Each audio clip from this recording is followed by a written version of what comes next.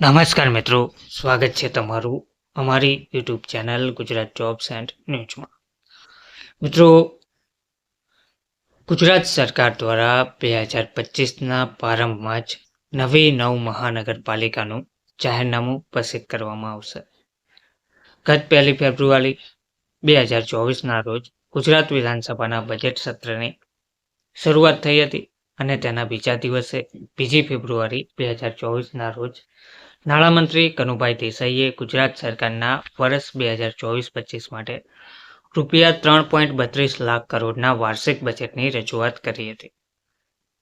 તે વેળાએ તેમણે રાજ્યમાં હાલ અસ્તિત્વ ધરાવતી 8 મહાનગરપાલિકા ઉપરાંત વધુ 7 મહાનગરપાલિકા બનાવવાની જાહેરાત કરી હતી. આ સત્ર દરમિયાન જ તેમણે બીજી વધારાની 2 એમ કુલ નવી 9 મહાનગરપાલિકા મ્યુનિસિપલ કોર્પોરેશન બનાવવાનો નિર્ણય જાહેર કર્યો હતો. જ્યારે આ નિર્ણય અમલમાં મુકાશે ત્યારે ગુજરાતમાં 8+9 એમ 17 મહાનગરપાલિકા અસ્તિત્વમાં આવી જશે.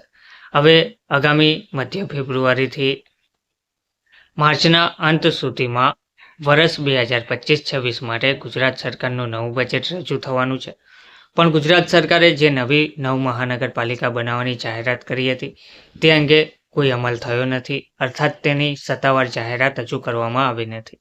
જોકે પ્રાપ્ત જાણકારી મુજબ રાજ્યના શહેરી વિકાસ વિભાગ દ્વારા આ દિશામાં આખરી ઓપ અપાઈ ચૂક્યો છે અને આગામી ગણતરીના દિવસોમાં આ સૂચિત નવી 9 મહાનગરપાલિકાની રચના માટેનું સત્તાવાર જાહેરનામું પ્રસિદ્ધ કરાશે.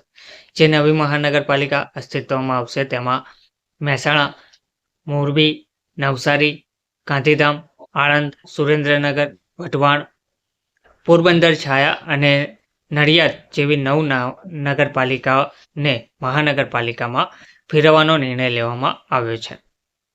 દેશના અન્ય રાજ્યોની સરખામણીમાં શહેરીકરણ ખૂબ જ ઝડપથી વધી રહ્યું છે.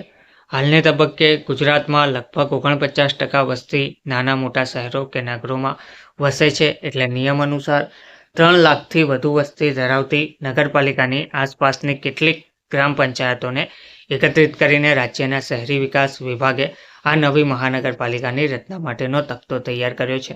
હાલને તબક્કે રાજ્યની જૂનાગઢ મહાનગરપાલિકા, 76 નગરપાલિકા, ખેડા, બનાસકાંઠા એમ 2 જિલ્લા પંચાયત, 17 તાલુકા પંચાયત અને 4765 ગ્રામ પંચાયત અને 76 નગરપાલિકા જેવી સ્થાનિક સ્વરાજની સંસ્થાઓમાં સામાન્ય ચૂંટણી તથા શહેરી અને ગ્રામ્ય વિસ્તારોમાં ખાલી પડેલી 84 બેઠકો માટે પેટા ચૂંટણી યોજવાની બાકી છે, જે સંભવત મે માસની શરૂઆતમાં યોજાય તેવી શક્યતા વચ્ચે ગુજરાત સરકારના નિર્ણય મુજબ જે નવી 9 મહાનગરપાલિકાની રચના થશે તો આ નવી મહાનગરપાલિકામાં પણ પ્રથમ સામાન્ય ચૂંટણીઓ યોજવાની જાહેરાત થશે. ધન્યવાદ.